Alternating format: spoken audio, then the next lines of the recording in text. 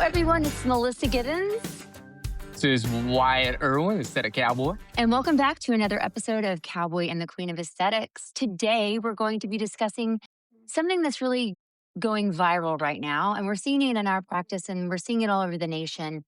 And it is people wanting to dissolve their filler right now more than ever before.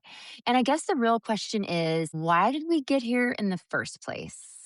And that says a lot about where the industry's at right now. It really does, because filler didn't suddenly just stop working, but it's the way that it's been used that's the problem. So today, y'all, what we're gonna do is we're breaking it down. Okay, why people are dissolving and what really went wrong. And really, what should have been done instead. So, Miss, let's ask you real quick. So, what are you seeing in your practice right now? So, we are in a unique situation, Wyatt, but because we have ultrasound in our practice. And so we dissolve a lot of other people's bad filler or bad work just because we're a referral source for Houston and Houston surrounding areas, which is fine.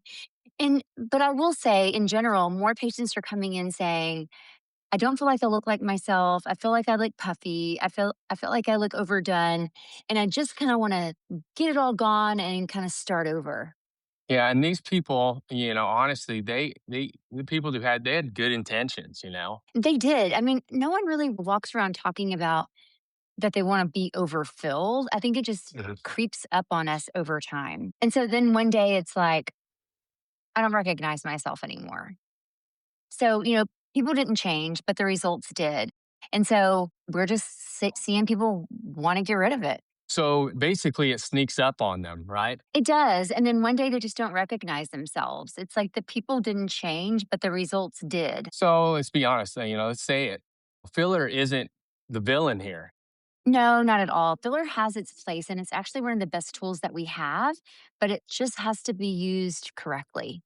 So, I mean, what really went wrong with everything? I think that it's because we tried to use filler for absolutely everything.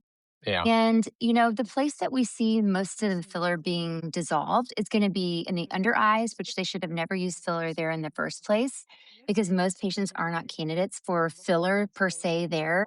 And lip migration, just being overfilled over time.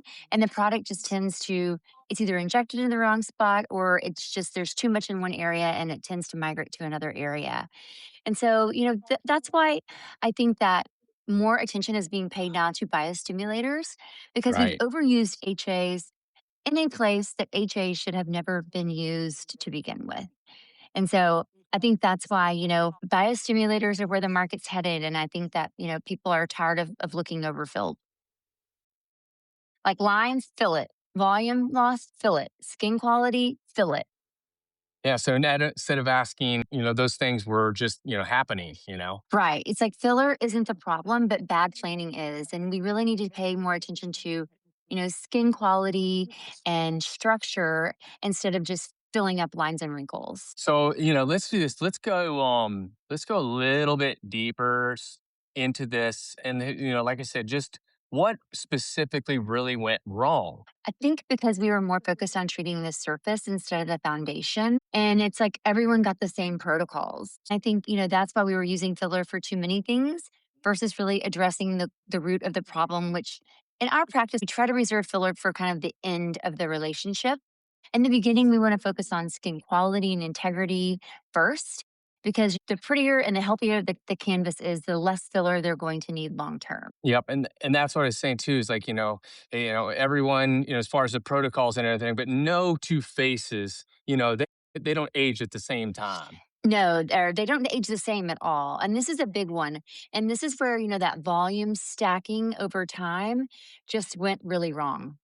Yep, a syringe here, then another syringe there. Exactly. And then 5 years later, it's just too much. So, trends, I think, also are responsible for this overfilled era. So, trends just pushed bigger and more dramatic results.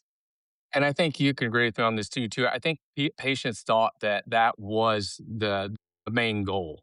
Everything. Absolutely. For sure. More syringes became the solution for everything. So sometimes dissolves problem solved. No. Am I And getting this that is right or where, no?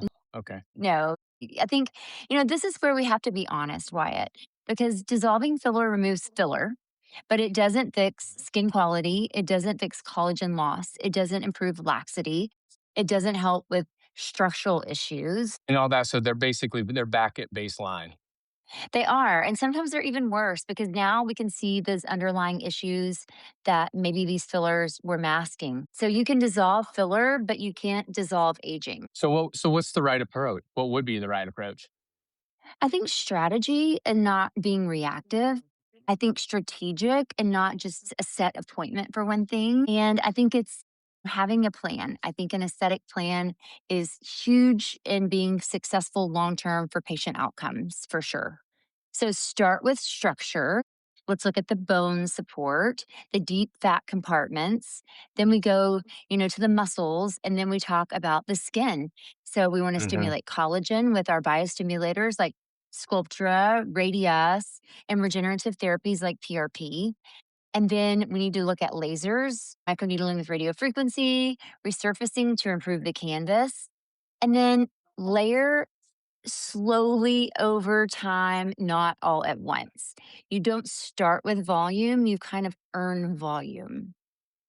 That makes completely sense. So where are we now? I think we're moving into more of an intelligent era and out of the overfilled era. Less products, better placement, more regeneration. So it's not about doing more, it's about doing it better. The Ex- right way, because like I think I agree with you too. There's just, there's been so many folks been overfilled or doing this or doing that and stuff. But like you were saying, going more to those biostimulators. And once again, it's not about doing more, it's about doing it better, right? It is. And so that's exactly right. And so it just looks better because when you see someone and their facial volume looks like they're 25, but their skin integrity looks 60, it's very confusing and it's misput. And so you really should only do filler at the end of a journey with a patient. So you want their filler to look appropriate for their skin age, if you will, if that makes sense. It definitely does. So like, this is a question you might have too, is where does filler, in your opinion, where does it still shine at? Where does filler still shine, Wyatt? It still shines in the chin, the jawline, strategic mid face support, in the temples. I use it conservatively in the lips, but I really reserve the under eye area for biostimulators such as the PRP and just really supporting the skin and the tissue there more than just trying to fill it up. Yeah, so it's still part of the plan. We're just not seeing as much. Absolutely. It's just not the whole plan, right? Right, exactly. And it's like filler didn't fail, but our strategy did fail. And I think too is like once you understand that from a perspective of the patient practice perspective, you start making better decisions too. You do, because the goal was never more. It should have been just better. And I think No, that's where we yeah, kinda screwed yeah. up. No, I agree. And and done right. And no one knows why, you look so good. If Right. that I makes mean, no one should be able to tell what you've had done, right? And so sometimes patients walk out and they're like, "Oh, my husband didn't notice or my friend didn't notice." And like, that's the point. You don't want people to notice. You just want people to think, "Wow, that patient really radiates light. She looks like she's had a nice nap. Did she change her hair color? Or did she get a new makeup? Or, did he go on vacation?" You don't want people to be, specifically point out, well, she had chin filler and cheek filler and jawline filler, because that's when where we just look unnatural and it just doesn't fit. No, and like, and I agree with it too. Is like no one wants that.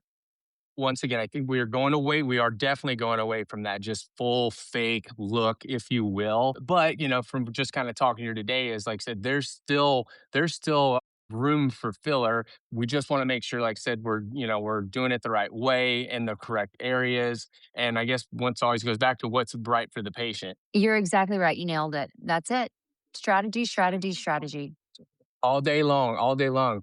Well, Miss, do you have anything else you'd like to add here before we wrap up this podcast of Cowboy and his Queen of Aesthetics? No, I don't. I think that we did. I think, that just educating patients on the difference in biostimulators versus fillers and making sure that patients understand that their skin integrity and quality is really where they should start, not just coming in wanting a face full of filler. Absolutely, and the difference for sure on that. So I love that. 100%. Well, thank y'all very much for this attending this episode of the Cowboy and the Queen of Aesthetics. Please let us know if y'all have any questions, DM us or anything, as we're always here to take any questions. We'll talk to y'all soon. Have a blessed day. Thanks for joining us on the Cowboy and the Queen of Aesthetics.